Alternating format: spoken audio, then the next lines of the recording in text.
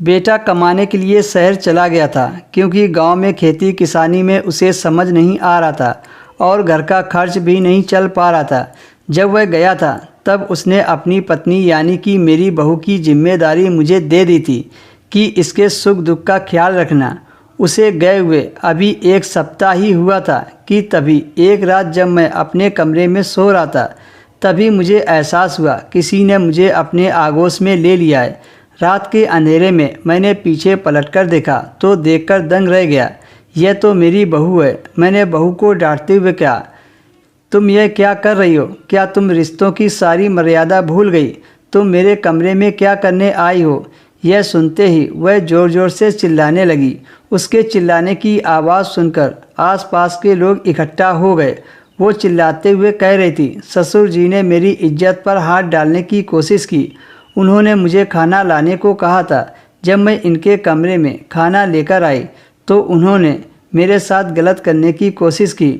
यह सुनते ही अगल बगल वाले लोग कहने लगे, तुम्हें शर्म आनी चाहिए, तुम अपनी बहू के साथ ऐसा करते हो। उन्होंने मुझे बोलने का मौका ही नहीं दिया और तुरंत ही मुझे डंडे से पीटने लगे। मैंने अपनी सफाई देनी चाहिए पर किसी ने मेरी एक बात नहीं सुनी। जब मुझे पीटकर बेहाल कर दिया तो मुझे पंचायत में ले गए। गांव के मुखिया ने मुझे गांव से निकालने का फैसला सुना दिया। मैं गांव से दूर रेलवे स्टेशन पर रात भर दर्द से तड़पता रहा पर किसी ने मेरी मदद नहीं की। अगली सुबह मैं किसी तरह हरिद्वार चला गया। मैं एक चाय की दुकान पर बैठकर अपनी ज़िंदगी की घटनाओं के बारे में सोच ही रहा था कि तभी मेरे बेटे का फ़ोन आ गया। उसने एक बार भी मेरी तकलीफ़ पूछने की कोशिश नहीं की। वह तो उल्टा मुझे ही सुनाने लगा, पापा मैंने कितना विश्वास करके आपको अपनी पत्नी के पास छोड़ा था। आपने मेरे भरोसे का यह सिलसिला दिया है। मैंने सपने में भी नहीं सोचा था कि आप इतनी नीच हरकत कर सकते हो। मैंने अपनी सफाई देनी चाहिए पर उसने भी मेरी एक ना सुनी।